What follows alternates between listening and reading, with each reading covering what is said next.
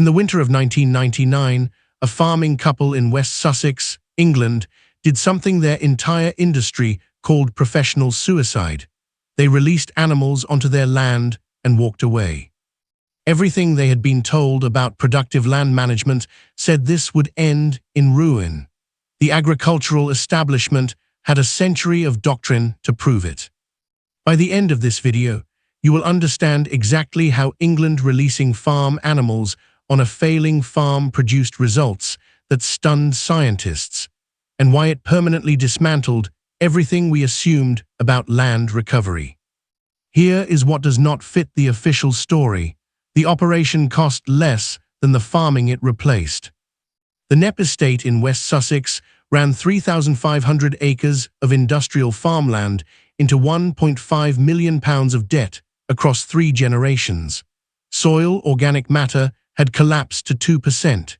Breeding birds had nearly vanished entirely. Then in 2001, they pulled every fence, smashed the Victorian drainage pipes, and released the animals. 25 years later, the survey data came in, and even the scientists running the project were not prepared for the numbers.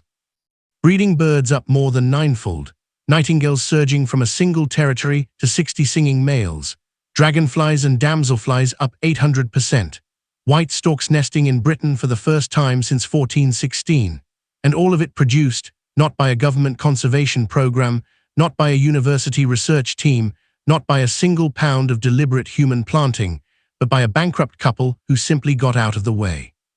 Now here is what you need to understand about the Knepp estate before this story makes any sense. The land that produced these numbers was not wild. It was not neglected. It was industrially destroyed.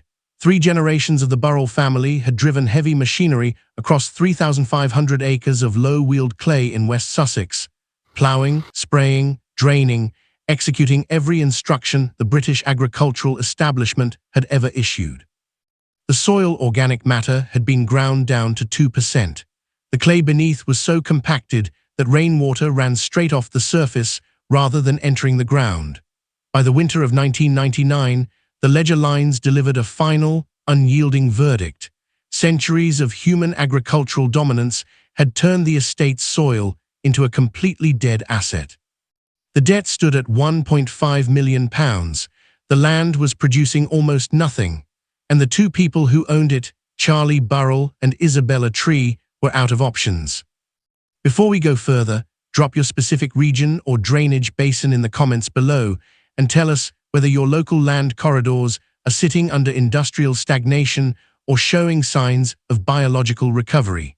This investigation only sharpens with more data points on the map. And if this file deserves a wider audience, push it through your network right now. Because these old-world animals were about to walk through the boundary gates and challenge the Crown's entire agricultural manual. What brought the land back wasn't a corporate conservation strategy. It was a chaotic network of teeth, hooves, and snouts operating entirely without a human plan.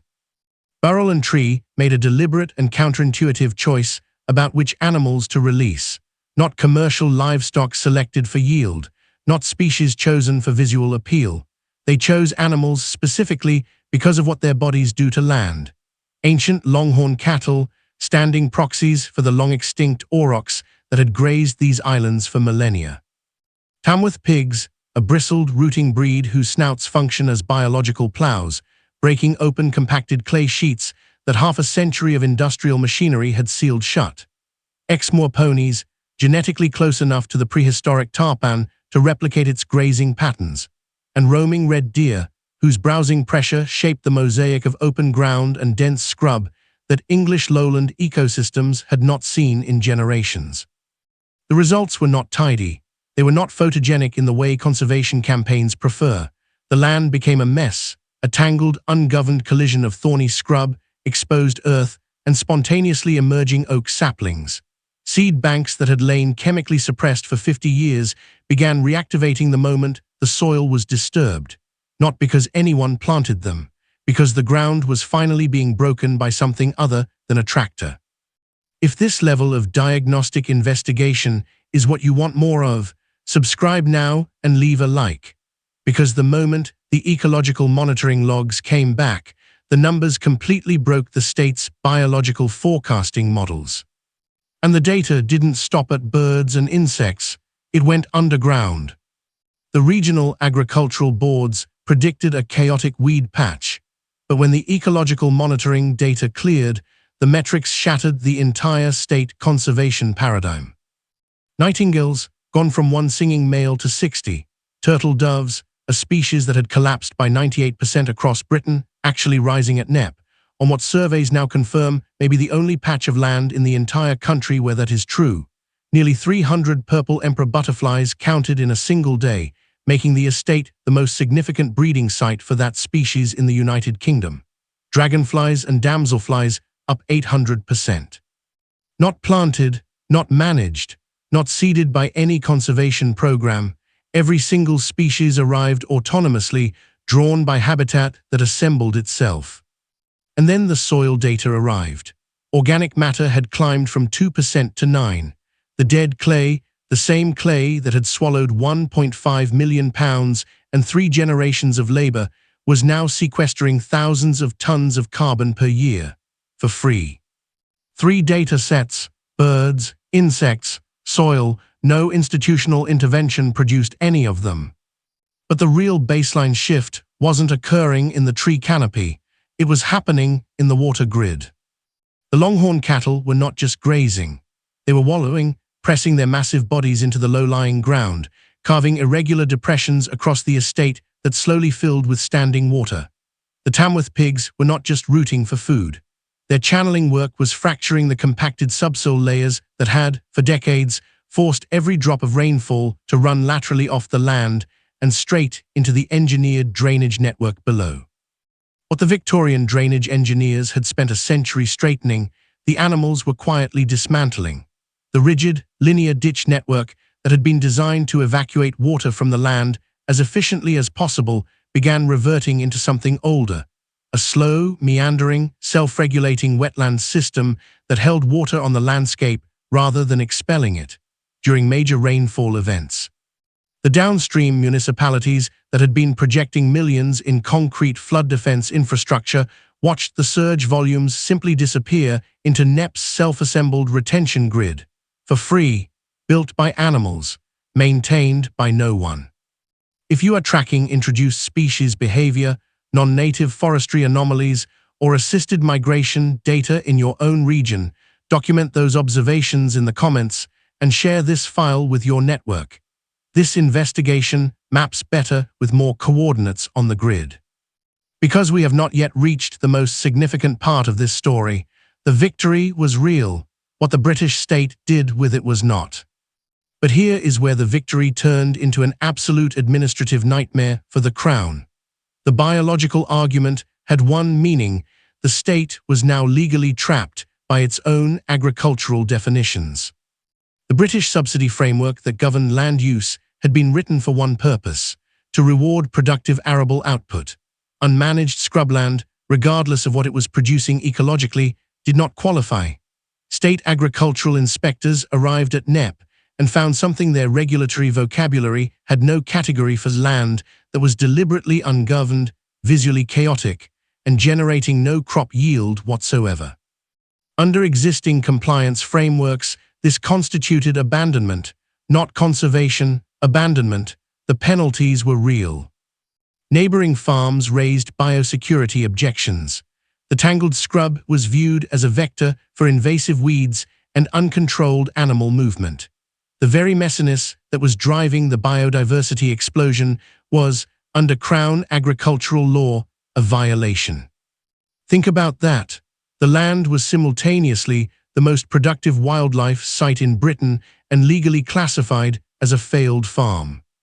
The bureaucracy that had spent decades funding programs to save the nightingale, the turtle dove, and the purple emperor butterfly was now threatening to penalize the only place in the country where all three were actually recovering. The litigation proved what the machinery couldn't, and England's most broken farm was quietly becoming the entire continent's biological warehouse. What the state's legal apparatus failed to suppress, the wider scientific world could no longer ignore. Wildlife agencies from across Europe began arriving at Knepp not to study it, but to harvest it. Turtle doves, functionally extinct across most of Britain, were being trapped on the estate and relocated to reseed empty habitats on the continent. Rare insect populations, now overproducing within Knepp's self-assembled scrubland, were being collected by university research teams and conservation bodies to replenish sites that decades of centralized management had failed to restore. The estate had not been designed as a biological supply depot. It had simply become one because the animals had generated more life than the land could contain. A century of institutional environmental planning, government programs, state-funded reserves, coordinated intervention, had not produced what one bankrupt farm achieved by removing human decision-making entirely. Not managed, not engineered, not funded, outperformed. 3 categories of institutional failure: conservation programs that couldn't restore, laboratories that couldn't breed, and government reserves that couldn't sustain. One unmanaged farm, rendering all 3 redundant simultaneously. And none of this, not the birds, not the insects, not the carbon, not the flood defense, not the continental species supply, cost more than the failing farm it replaced. The arithmetic made the final choice brutally simple. We are spending billions trying to build what a few untamed hooves can engineer for free. Here is the shape of what this evidence forms when viewed in full. A dead soil, a bankrupt couple, a decision made not from vision but from desperation. And then, without a plan, without a budget, without a single coordinating institution, the land began to rebuild itself at a pace and a scale that a century of deliberate human effort had never approached. Nightingales, turtle doves, purple emperors, carbon sequestration, flood defense, a continental species depot, none of it was engineered, all of it free. If this is what unmanaged land produces, the question is no longer whether rewilding works. The question is why we are still paying to prevent it. The deepest lesson of Knepp is not ecological. It is a lesson in human humility. We did not restore this land. We simply stopped destroying it, and the land remembered everything we had forgotten. If this investigation reshaped how you read the evidence on ecological recovery, leave a like, secure your subscription to Earth Discovery Series, and drop your coordinates below. Because in our next case file, we move from the rewilded pastures of southern England to the dying waters of the American Midwest, where they said Lake Michigan would die until a despised trash fish and an overlooked duck proved every institution wrong. What we found there makes everything in this video look like a warm-up.